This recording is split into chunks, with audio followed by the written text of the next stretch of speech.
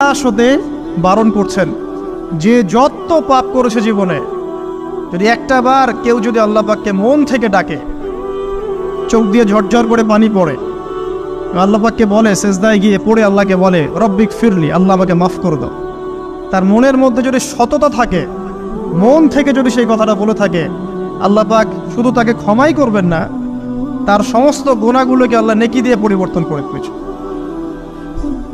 একটা হাদিস পড়ছিলাম, নবী করিম সাল্লাল্লাহু আলাইহি ওয়াসাল্লাম তিনি বলছেন যে লাম্মা কাদাল্লাহুল খালক, যখন আল্লাহ রাব্বুল আলামিন এই মহাবিশ্ব সৃষ্টি করেন, তখন আল্লাহ রাব্বুল আলামিন কাতাবা কিতাবান, একটা কিতাব লিখেছেন, একটা কিতাব আছে আল্লাহর কাছে।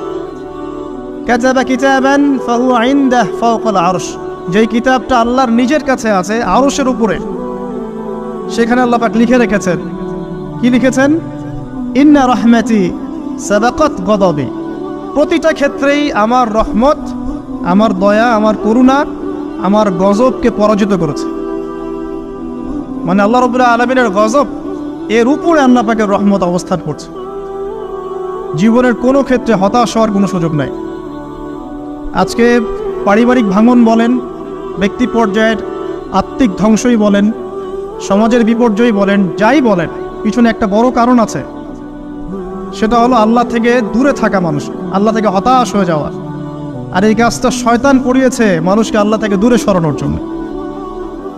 কিন্তু আল্লাহ রাব্বুল আলামিনের কাছে কেউ যদি যেতে চায়, মন থেকে যদি আল্লাহকে একটা বারও ডাকে, আল্লাহ পাক এক ডাকের মাধ্যমেও তার গুনাহ মাফ করতে পারে।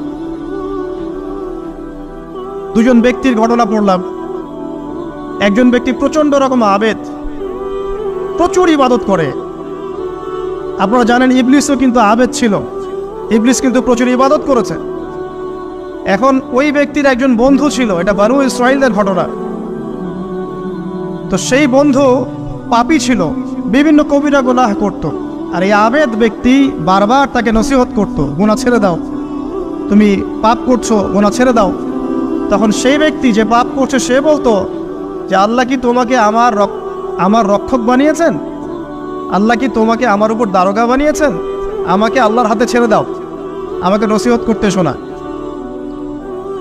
একদিন এই আবেদ ব্যক্তি তার বন্ধুকে একটা জঘন্য পাপ করতে দেখলো, এমন একটা পাপ যেটা দেখে তার মনে ধারণা আসলো এটা চরম জঘন্য একটা কাজ।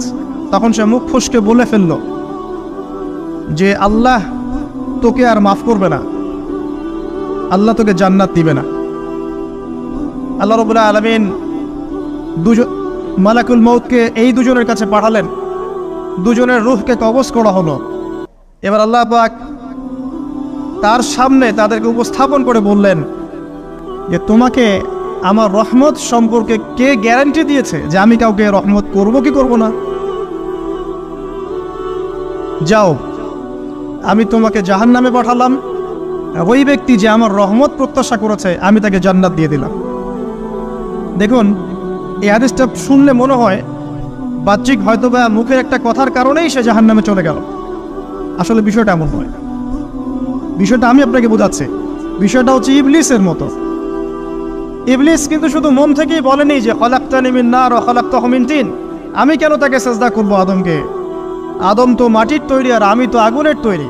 এটা ইবলিসের শুধু মৌখিক স্টেটমেন্ট ছিল না, কারণ কি ছিল? আবা ওয়াস্তাকবার, সে উদ্ধত হয়েছিল, অহংকার প্রদর্শন করেছিল। ভিতর থেকে ইন্টারনালি সে অহংকারী ছিল, সে আন্ডারএস্টিমেট করে কথাটা বলেছে, শুধু মৌখিকভাবে বলে নাই। কিন্তু ঠিক এই ব্যক্তির ঘটনা এমনই, সে মন থেকে অহংকারী হয়ে উঠেছিল, যদিও বা সে আবেদ ছিল।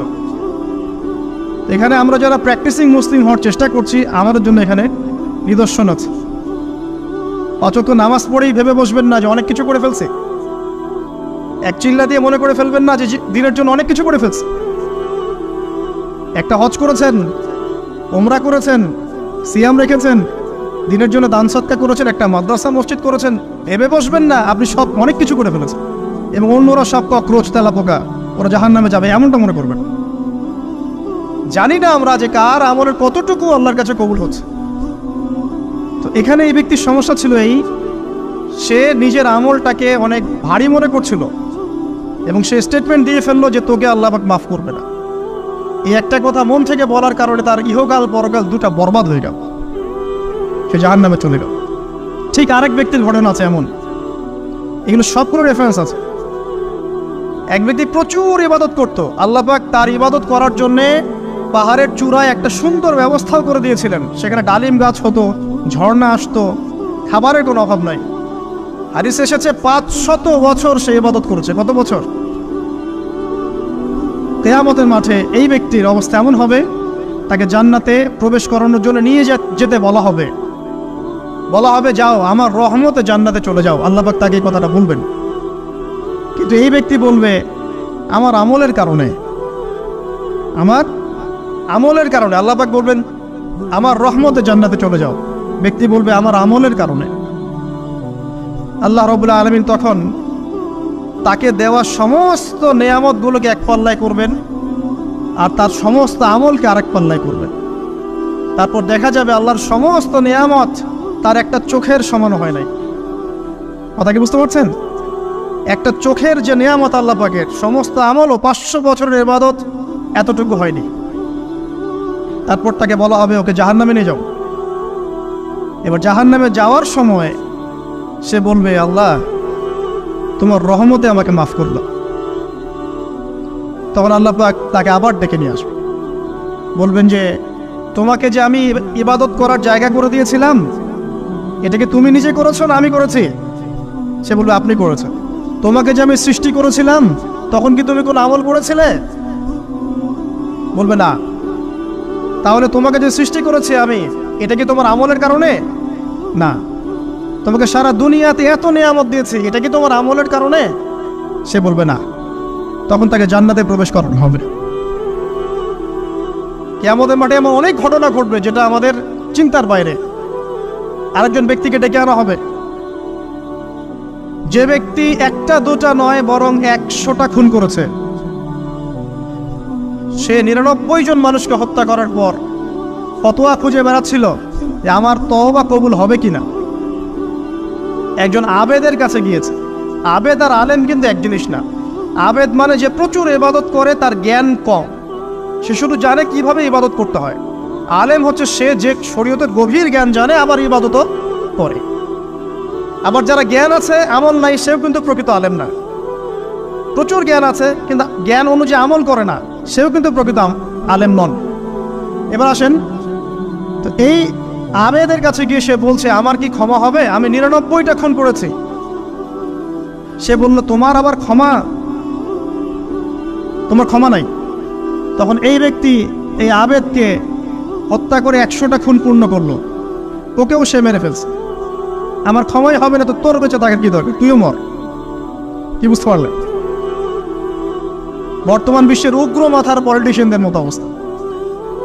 আমার দেশের সমস্যা, তোর দেশ পারমাণবিক বোমের উড়াই দিব, মানে এরকম একটা অবস্থা। তো আল্লাহ রাব্বুল আলামিন এই ব্যক্তির মধ্যে একটা চেতনা তৈরি করলেন যে আমাকে তওবা করতে হবে।